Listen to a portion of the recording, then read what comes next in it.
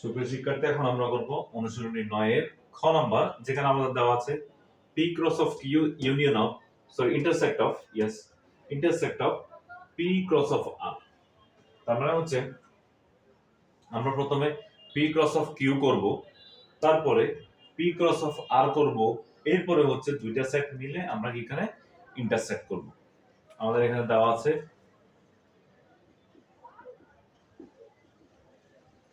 আছে যে p equal to হচ্ছে ab,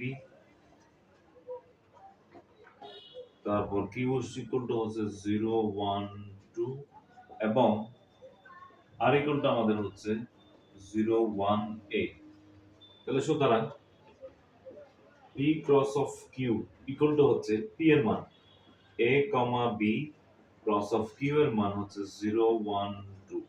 তাহলে আমরা করছি a 0 এর সাথে 0 হবে, কমা a 1 কমা a 2 পেলাম, কমা b এর সাথে হবে b 0 b 1, তারপর হচ্ছে কমা b কমা 2 পেলাম আমরা। তাহলে এটা হচ্ছে আমাদের p ক্রস অফ q পেলাম। এবার p ক্রস অফ r বের করব আমরা। p ক্রস অফ r যদি আমরা বের করতে চাই, তাহলে আমরা এখানে পাচ্ছি p এর মান হচ্ছে আমাদের a comma b, cross of r এর মান হচ্ছে আমাদের 0 1 a। তাহলে আমরা যদি ক্রস করি a0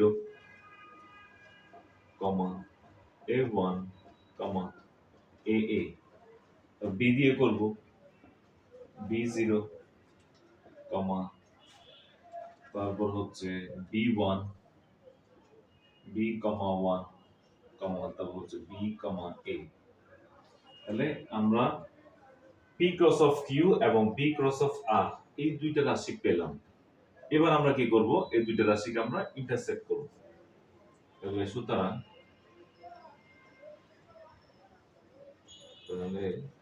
সুতরাং p cross of q intersect of p cross of r equal to, তাহলে p ক্রস অফ q সমান আমরা পেয়েছিলাম a0 কমা a1 কমা a2 কমা b0 কমা b1 কমা b2, তারপরে ইন্টারসেক্ট অফ, এখানে দেখছি আমরা ইন্টারসেক্ট অফ। এবার আমরা বসাবো হচ্ছে এর মানটা, p ক্রস অফ r এর মানটা। তাহলে হচ্ছে a0 comma a1 comma aa a comma a comma b0, তারপর হচ্ছে কমা b1, তারপর হচ্ছে b কমা a। এটা পেলাম আমরা। তাহলে এবার যখন আমরা ইন্টারসেক্ট করি, যদি দেখি ইন্টারসেক্ট করলে কি হয়, ইন্টারসেক্ট মানে হচ্ছে দুই সেটের মধ্যে যে উপাদানগুলো কমন, যে উপাদানগুলো মিল আছে বা কমন আছে, সেই উপাদানগুলো এখানে বসবে। তাহলে আমরা প্রথমে এখানে দেখতে পাচ্ছি যে a0 a0 আছে, তাহলে a0 আসলো, a, 0 আসলো।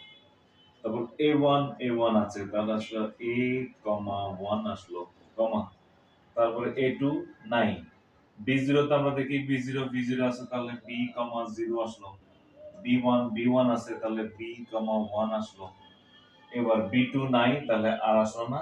তাহলে আমাদের आंसर দাঁড়াচ্ছে এটা a0 a1 b0 b1। এটা হচ্ছে আমাদের आंसर।